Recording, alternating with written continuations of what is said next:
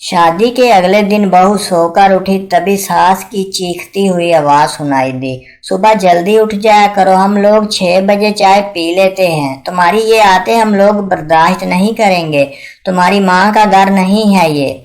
बहू ने कोई जवाब न दिया, अपने कमरे में गई और एक डायरी, पेन और 2 बैग लेकर वापस आई और कहा, सासू माँ, ये वो लिस्ट है जो शादी के पहले आप लोगों ने मेरे घर भेजी थी। आप मलाल है, कोई चीज कम नहीं।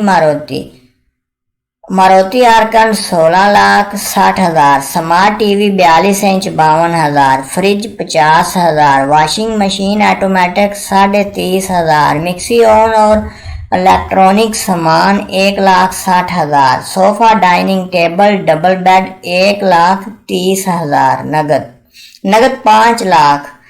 रही रसीदें, आप लोगों ने अपने लड़के की कीमत लगाई, मेरे वालिदैन ने कीमत अदा करके मेरे लिए शोहर खरीद लिया।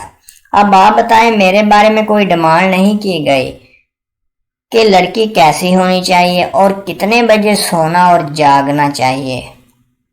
फिर उसने एक खूबसूरत से बैग की जिप खोली, सब दिलचस्पी से देखने लगे। सास ने पूछा, इसमें क्या है? बहू ने कहा, मेरे वालिद ने ये 30 बोर रेवलर दिया था और कहा था, बेटी तुम यहाँ थी तो तुम्हारी हिफाजत मेरा फर्ज था, अब तुम्हें खुद अपनी हिफाजत करना होगी।